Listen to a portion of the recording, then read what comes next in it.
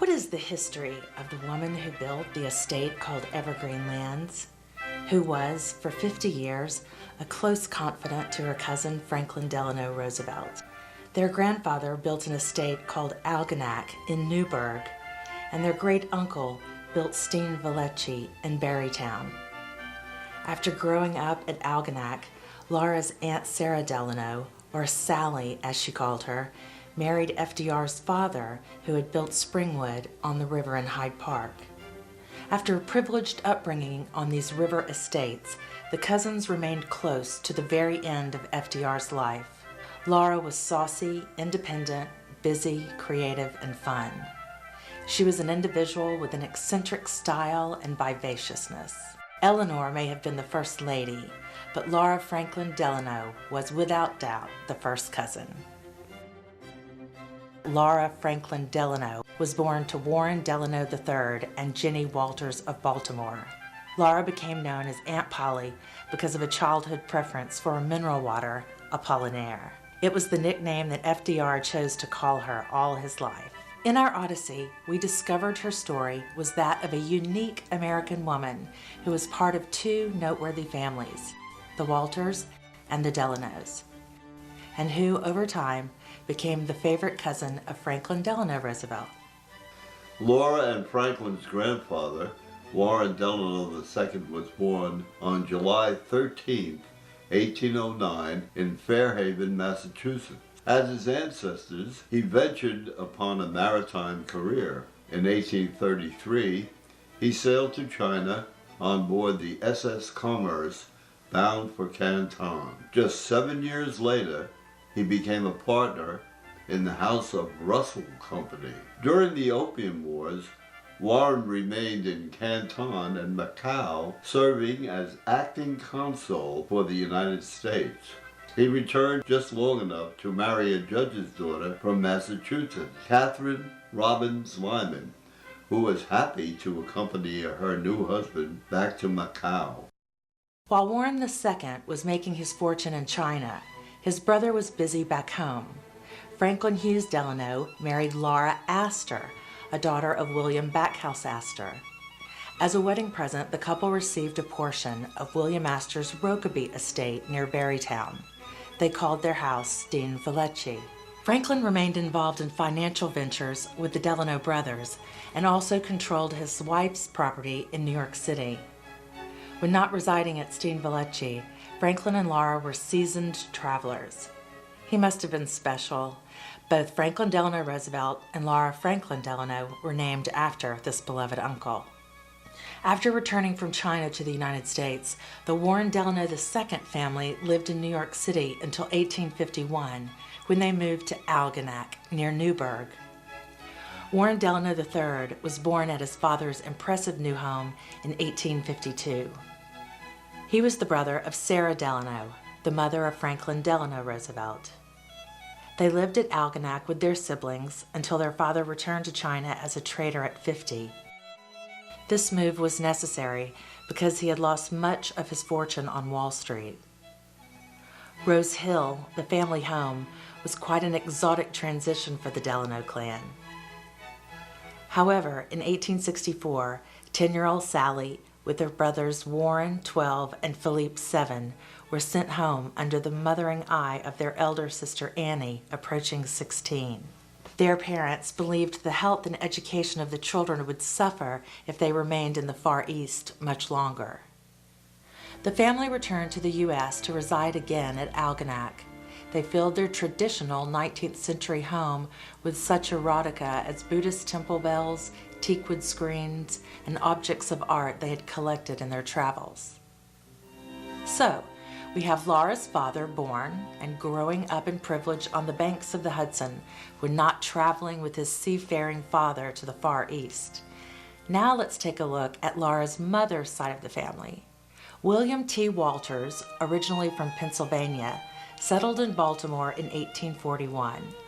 5 years later, he married Ellen Harper, who was a wealthy merchant's daughter from Philadelphia. Their children, Henry and Jenny, were born in 1848 and 1853. First, because William T. Walters learned from his mother that to be around good art made you better. Your family and God came first, actually in the opposite order, I suppose. But the third thing in life, which made you, and I'm quoting now, half a Christian, was to be around great art. And he's moved into the fanciest part of town. He's a successful businessman, and he's buying art. And somewhere in his head, I have to believe, he thinks that art is going to provide value for what was then the third largest and fastest growing city in the United States, but one that was art poor. One of the things that makes this place unique is that here we are in the parlor of the Walters family home. We enter this building, which is where our administrative offices are, through Mount Vernon Place, which is a beautiful park here in central Baltimore with the Washington Monument, the first in the nation's history, right over our back, over my shoulder. So we're in this sort of 19th century environment already with the sense of the founders and the family in the offices. We're in bedrooms, we're in studies. We have the sense of the people who made this museum possible. But imagine what it was like in the 1850s when the Walters family moved in. This is where William Walters really began his collecting. He was looking at the contemporary art of his time. He was thinking about decorating this room. And on its walls hung some fantastic Hudson River School landscapes that now are in our own galleries. Drawing on his fortune, William and Ellen had compiled an impressive art collection. When she accompanied her husband on visits to artist studios, her genial personality contrasted with his brusque manner. William commissioned this portrait of Jenny, painted by George Baker, who specialized in portraits of women and children. While in France with his family in 1861, Walters met the sculptor and watercolorist Antoine Louis Barye. It would be Walters, more than any other patron, who would ensure Barye of international acclaim. In 1884, Walters donated 5 Barye bronze sculptures to the city of Baltimore for installation in the park outside the family home on Mount Vernon Place. They include cast of the seated lion and 4 allegorical groups: war, peace, order, and force. In November 1862, William and Ellen decided to visit the world-renowned Crystal Palace in London. Unfortunately, that November it was particularly damp and chilly. Within a few days, Ellen contracted pneumonia and died at the early age of 40. Her body was deposited in a vault at the local Brompton Cemetery until the following spring, when it was transported by sea and interred at what became the family plot at Greenmont Cemetery in Baltimore. This bust was finished after her death. Her friend, the artist Reinhardt, maintained that producing it was the saddest duty he ever had to fulfill. With his 2 children still in schools in Paris and the American Civil War going on back home, as a distraction, Walters occupied himself by traveling and searching for artwork to augment his collection. At 46, Walters and his children returned to Baltimore. That year, a statue, Love Reconciled with Death, was commissioned from the artist William Reinhardt and placed above his wife Ellen's tomb. Of course, we're south of the Mason-Dixon line here, and we're in the fanciest neighborhood of town when the Civil War breaks out, the first bloodshed of which took place 2 miles south of where I'm sitting right now, namely at the harbor in April of 1861. But Dad, who was heavily embedded in things Southern, decided to take his wife and 2 little children and skedaddle. And I'm saying skedaddle because when he came back to Baltimore and tried to get into the new Maryland Club in 1867, they had a whole lot of trouble trying to figure out if they wanted him, because there were 2 things about William P. Walters that were very unsavory. 1, he was a liquor merchant, and 2, he skedaddled during the Civil War. William did not remarry, finding solace instead in his children and small circle of friends. His son Henry, known to all as Harry, was close to his father. It was to develop from a father-son relationship to one of companionship and friendship. Meanwhile, Sister Jenny proved to be a model student at the Georgetown Academy of the Visitation. Jenny, in her choice of friends, gravitated to like-minded young women. A family photograph shows her with her companions, including her neighbor Mary Garrett, a pioneer feminist whose support for the founding of the Johns Hopkins University of Medicine in 1892 would be contingent upon the admission of women. 1 year behind Harry at Lawrence was Warren Delano III, a handsome, athletic fellow who was the son of Warren II, a pillar of the Hudson Valley Society. Through Harry, young Warren III met Jenny Walters, who had followed her brother to Cambridge in 1872. A romance ensued. Although clearly a match based on love and a potential tie to one of America's most patrician families, Jenny's relationship with Warren met firm opposition from William Walters, who had intended Jenny to remain his companion in his advancing years. In what must have been one of the sorriest episodes of his life, and an unfortunate reflection on a dark side to his character, he threatened to reject his daughter and imposed a 2-year ban on any association or correspondence between the lovers. With Harry's help, a clandestine courtship was conducted. The marriage took place on July 11, 1875, in the Protestant Episcopal Church of the Redeemer on Charles Street in Baltimore. After the ceremony, the guests dispersed without a reception or exchange of civilities. Rumors of this doleful occasion gave rise to the persistent legend of the ever-burning lamp, which the remorseful father left burning continuously above his front entrance as a beacon for his errant daughter. 12 days after her wedding, Jenny wrote to the Delanos at Algonac, "I never knew that life could be so bright and happy to everyone, as you all feel it is at Algonac. It is a new experience for me, and one which I hope I may be able to thank God enough for. It has opened a new and a very bright world for me." Warren III soon resumed his post as superintendent of the Union Mining Company, a Delano family coal mining enterprise at Mount Savage in western Maryland. The couple remained there until 1882, when Warren took a position in manufacturing in Orange, New Jersey.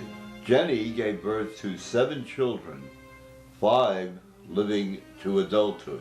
Brothers Franklin Hughes and Warren Delano II famously enjoyed their 2 estates on the Hudson River, as well as trips to their ancestral home in Fairhaven, Massachusetts. However, tragedy struck at Algonac in 1884. Laura Franklin was Warren II and Catherine's youngest daughter. She was much loved by her family and doted on her nieces and nephews, like her older sister Sarah's son Franklin. She was only 20 when she caught fire while dressing and burned at Algonac. You can see from this family portrait that even after her death, she was included and celebrated. In another form of tribute, Franklin Hughes and Laura Astor Delano established a hospital in honor of their cherished niece. Franklin Hughes died in Monte Carlo in December 1893, and Laura Astor Delano died there in 1902. They never had children. After having lived so much of their life together abroad, Franklin and Laura chose to be buried together in Menton, France. Because Laura's father was the eldest nephew, he was fortunate to inherit Stephen Vellecci from his uncle, Franklin Hughes Delano, his aging father. Warren II, who was still living at Algonac, also entrusted him with family business. As a father, he was energetic, optimistic, and affectionate. He had many interests in mining, banking, and railroads. As a hobby, he bred horses. Cousin Polly and her 2 sisters, Ellen Adams and Sarah Redmond, were born at Steam Valachie on the River Road in Barrytown, New York. Laura Franklin Delano knew what her first cousin FDR meant when he said, "All that is in me goes back to the Hudson." He wasn't just talking about a river and a country house, but also the ambience of the Hudson Valley and the boundless devotion they could expect from life at Springwood, Algonac, and Steam Vallecci. Laura and FDR's grandfather, Warren II, died just 2 years after his wife Catherine in 1898. Members of the Delano clan continued to live and congregate at Algonac. Young Franklin Roosevelt and Eleanor are seen here early in their romance, with Mother Sarah already very much in the picture. When William Walters died in 1894, he left his collection to his son Henry. Reconciliation had taken place between Jenny and her father in Baltimore in April of that year. Henry Walters continued to amass his art holdings, buying both in New York and abroad. Walters continued to collect Egyptian, ancient Near Eastern, and Islamic art, as well as a number of key classical and Western medieval objects. Among the latter, the most spectacular was a pair of limestone heads of Old Testament rulers that had come from the Abbey Church of Saint Denis. In 1900, Henry bought several properties on Charles Street as a site for a museum. His ambition as a collector has far exceeded those of his father. In 1909, he opened his palazzo-style gallery to the public. I talked about coming in through the front doors and what a thrill that is, coming in off of the beautiful square. But there's another thrill at the back of the museum, and that's that we have a secret passageway into the galleries. And what fun that is to be able to walk through when no one's here and wander around the museum, just the way Henry Walters would have done when he came down and gave a dinner party before a board meeting at the Mercantile Safe Deposit and Trust Company. So he used the passageway just the way we do, to go back and forth between the art side of things and between the home. Harry Walters, still a bachelor, lived in New York, where he was close friends with Pembroke and Sarah Jones, a couple he had met on one of his excursions to Wilmington, North Carolina. The Jones daughter, known as Sadie, married the architect John Russell Pope in 1912. Later, through those family connections, Laura Delano would hire Pope to be the architect for Evergreen Land's estate. Cousin Polly, very early in her life, was taken under the wing of her uncle Harry Walters. Harry Walters was head of the Atlantic Coastline Railroad. I spent a great deal of time with him, and as a consequence became his favorite niece, and he left her with an enormous trust fund, so she was able to be independent financially. In the summer of 1900, the Delanos joined Uncle Harry and the Joneses in Southampton. From there, they steamed along the coast of Belgium and the Netherlands. Their destination was St. Petersburg, where former President Ulysses S. Grant's granddaughter eagerly awaited their arrival. In the summer of 1905, Harry, the Jones family, and the Delanos traveled throughout the Mediterranean. Harry struck this pose for his niece Laura during a visit to Spalato. Laura adored her Uncle Harry. He undoubtedly encouraged her appreciation of art and travel. As other family members, Laura eventually became a board member of the Walters Museum. So if you think of the family beginning with William T. Walters collecting in the 1850s, his son collected up to almost the day he died in 1931, then you think of a board member even to this day who's a descendant. So there's been a Walters presence as part of the Walters, although none of them are called Walters anymore, for, do the math, 160 years. I remember one of the family members, a woman, came in here at a point where I had in the office a painting of Jenny. I think it was Jenny. Yes. And it was a Saturday, and I happened to run into her in the gallery, so we walked back in here, and she stood in front of the painting, and I'm looking at her, and I'm looking at the painting, and they are separated by 150 years, and they look the same. And that's amazing. Also, we've been a kind of nexus for family reunions here, going back probably 40 years, 30 years. And when you get that very now extended clan of people together, You know, on one far end, people of the Knight Ridder newspaper chain, and at the other end, people in the art community. They are a bright and interesting and very sophisticated group of people. Laura Delano was on our board. Sarah Redmond was married to the chairman of the board of the Metropolitan Museum. Freddie Adams, his favorite nephew, great nephew, was the director of the Morgan Library. And Jean Edgell was married to the director of the Museum of Fine Arts, Boston. And so the art stayed in the family. Maybe Jenny Walters Delano, Walters Delano, is the crucible of leadership in the museum community over the last 150 years. Is that possible? I mean, you have to actually look at the family tree of the convergences, the director of the Boston Museum of Fine Arts, the Morgan Library, and the wife of the chairman of the board of the Met, and just see at what points the nexus converge. In 1920, Henry's brother-in-law and Laura's father was killed during a bizarre accident in a horse-driven carriage he had used to greet guests arriving for the Dutchess County Fair.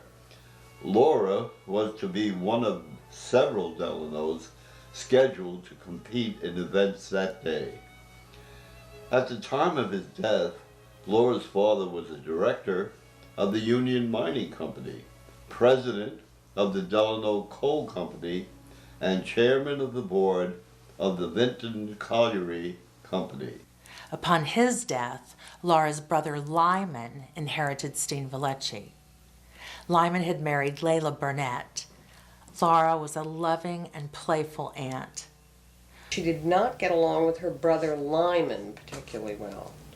So there was Sarah and Ellen and Polly and Lyman. When Lyman became master of Steen Vellecci, it already was filled with artifacts and the family spirit of Algonac. In this photo, the same maritime portrait that once hung at Algonac now adorns a wall at Steen Vellecci. As Laura grew into a young woman, some of Jenny Walters' independence became evident in her character. So they were a family that was brought up in a very, very strict way.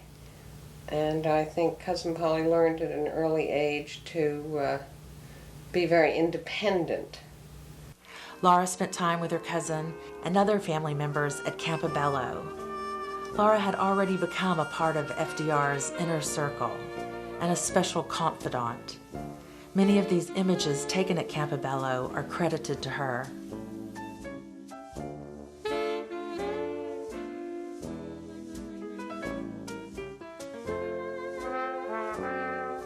As a young woman, Laura kept an apartment, as did her Roosevelt cousins and Uncle Harry, in New York City.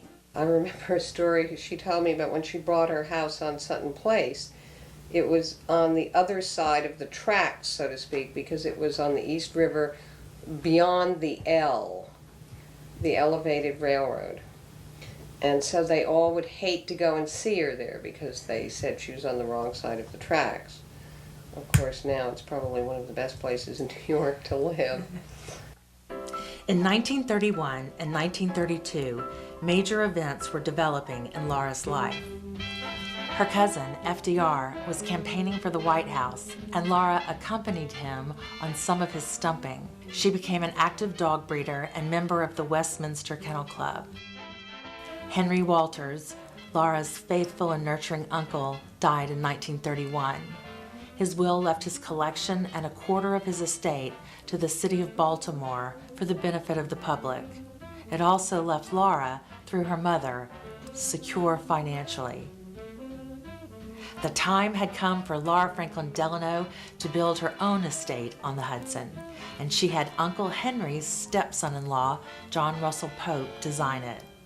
It is important to remember that FDR and his Aunt Polly were part of each other's lives since childhood.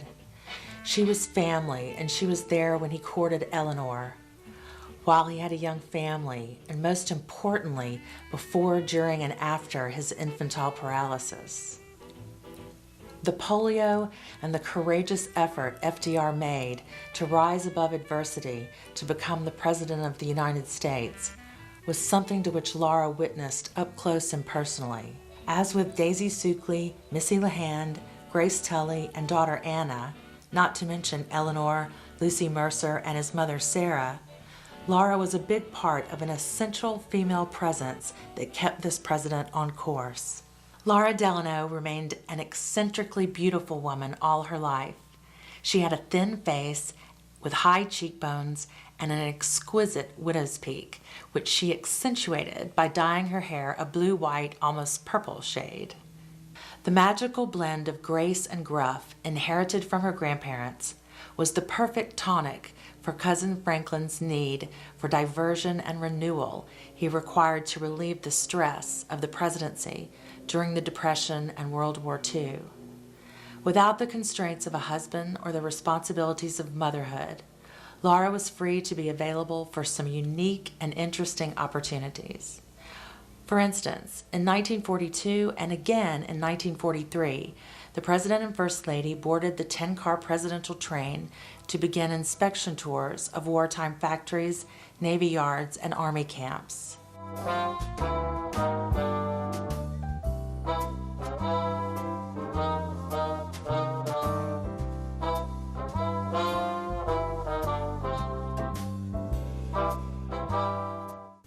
As additional companions on the trips, the president included his two unmarried cousins, Laura and Margaret.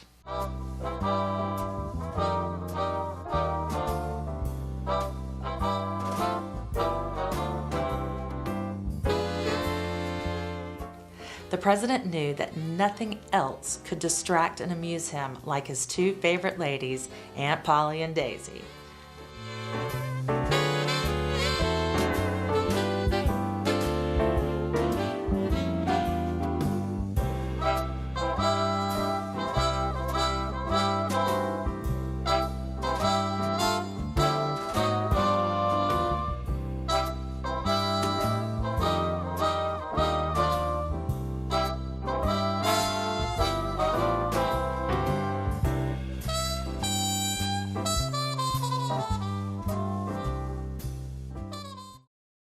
Laura had a penchant for wearing red velvet slacks, and adorning her wrist were 5 to 6 bracelets that rustled as she walked. To sum up the complex, multifaceted persona of Laura Franklin Delano, she was short, vivacious, and gossipy, and carried a style that could often be shocking. Eleanor had mixed feelings about the Mrs. Delano and Suckley. She had little patience with either the smiling homage they paid the president or the insubstantial nature of their conversation. Laura had a compulsion to be the one who tells things before someone else, and while FDR delighted in gossip, Eleanor did not. Nor did Eleanor appreciate Laura's light-hearted humor. After Eleanor met Churchill, the only thing Laura wanted to know is whether he was sexy. Not knowing how to banter, Eleanor simply said, "I just don't know, Laura. I just don't know."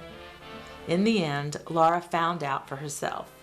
Churchill famously visited Evergreen lands with FDR during his campaign to convince FDR to fully engage in World War II. There is a well-known story in which Churchill spits out the famous rum punch that Laura served. He was apparently expecting scotch. Churchill was just one of many dignitaries Laura would encounter through FDR. Franklin enjoyed the company of the Crown Prince Olav and the Princess Martha of Norway. During the war, their son is seen here, playing on the lawn at Evergreen with the president's dog Fala. He is now the King of Norway. Laura usually enjoyed good health throughout her 80-plus years of life. She spent lots of time outdoors, riding her horse, tending the kennels, and doing occasional gardening. Her dogs, many of whom were Irish setters, had their designated hour of romping every day. The beautiful reddish-coated dogs had free rein at exactly 4 o'clock. Christine White was a nurse from the village of Rhinebeck whose husband had helped reroute and reinforce the natural pool on Evergreen lands. Chris received a phone call one afternoon. She was surprised to hear from the groundskeeper, Fred Kunze, that Miss Delano needed a nurse for a night or two. The president had taken some time out of a short recuperative trip to Hyde Park with Princess Martha to visit his ailing cousin. Chris donned her white uniform and nurse's cap, jumped into the driver's seat of her husband's new Ford V8, and was on her way. Well, I'm Chris White. I live in Rhinebeck, and I've lived here for 50 years. And my husband used to be a plumber at one time, and he did some work down on Laura's also. In fact, when they built that swimming pool, I remember it was 1936 because when they built that pool, and I used to go down there, and I used to pick him up around, well, maybe 4:30 or somewhere in there, and those dogs of Laura's used to come out, and they'd cover the whole car. I was scared to death. I was a nurse, and I took care of her when she had pneumonia, and she was very sick, really very sick. Yes, I went at night, so therefore I didn't see too many of the other people. Of course, I knew Kunze and I knew his wife, but I didn't see her up there because I was on nights, and she by that time had left. Huge. She had a huge bedroom and a beautiful big fireplace, and her famous dogs were there all the time. And I used to have to give her medication, and if she was sleeping, or she was confused because of her temperature and everything, and I used to have to go over and put my hand on her, and I was scared to because those dogs would go rah, and they'd be all alert, as soon as I went near her. But we managed. No, she always worried. She always worried about Kunze. She was worried that he hadn't gone home yet, and she wanted to see him before he went home and stuff like that. Did he have his scotch? Well, he was, I don't know, handyman, chauffeur. He used to take her to all her dog shows and everything because those dogs were famous dogs. Yeah, and while I was there, well, of course, I wasn't there. I was there at night, so that I didn't see him. But President Roosevelt came up to see him because that was her cousin. And, we couldn't get nurses around here. They didn't have enough. So they got a couple from the city that came up. Well, she was quite sick. And, of course, at that time, they didn't have the stuff they use right now.